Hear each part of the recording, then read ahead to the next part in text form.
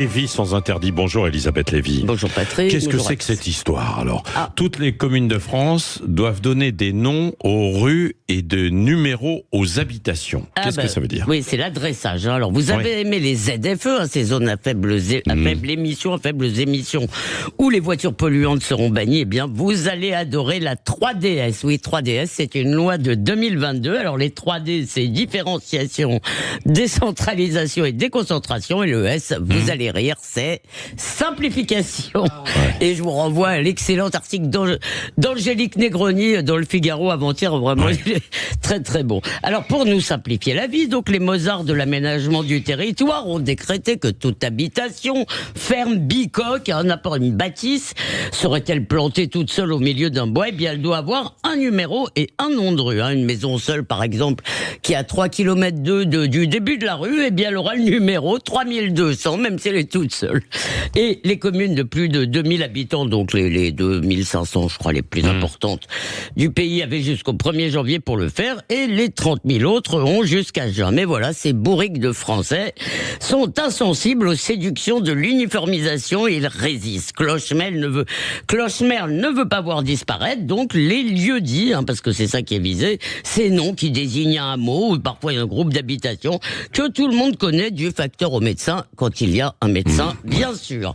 Alors par exemple, Claudine qui vivait au Ginchereau ou au Guinchereau, qui s'appelle comme ça parce qu'on y guinchait, eh bien à Passavant-sur-Layon en Maine-et-Loire, je crois, habite désormais 1599 route d'Aquitaine.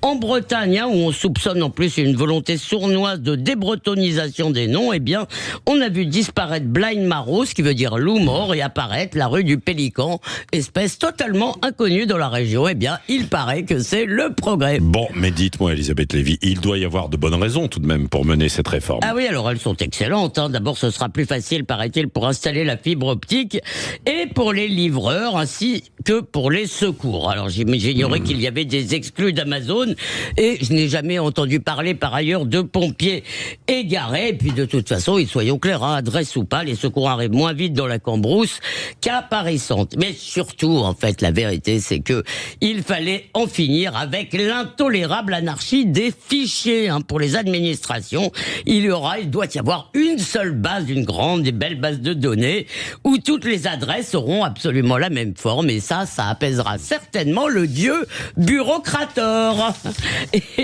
Et bien voilà, non mais je rigole, mais si vous voulez, c'est l'essence humaine, cher Patrick. Eh bien non, ça n'est pas une nomenclature, ça ne rentre pas dans des catégories, les lieux ne sont pas des coordonnées GPS, c'est de l'histoire, de la transmission, leur nom relie la vie de chacun à la mémoire collective, ils sont dans les livres, ils sont aussi dans les mémoires, dans les histoires de famille. Tu vois, la première fois que j'ai embrassé ta grand-mère, c'était au Frotté. Et ces lieux, eh bien oui, ils font partie de l'identité, parce que c'est comme ça, on peut le déplorer, mais la plupart des gens sont de quelque part ou aimeraient bien l'être d'ailleurs. Alors, je comprends que ces attachements, tout ça, ça ralentit ce grouillement de vie passée et présente. Je comprends que ce soit un cauchemar de fonctionnaire. Alors moi, je crois qu'il ne faut pas s'arrêter là. Il faut aller plus loin. Après les noms de lieux, finissons-en avec les noms tout court et que l'administration nous donne à chacun un numéro.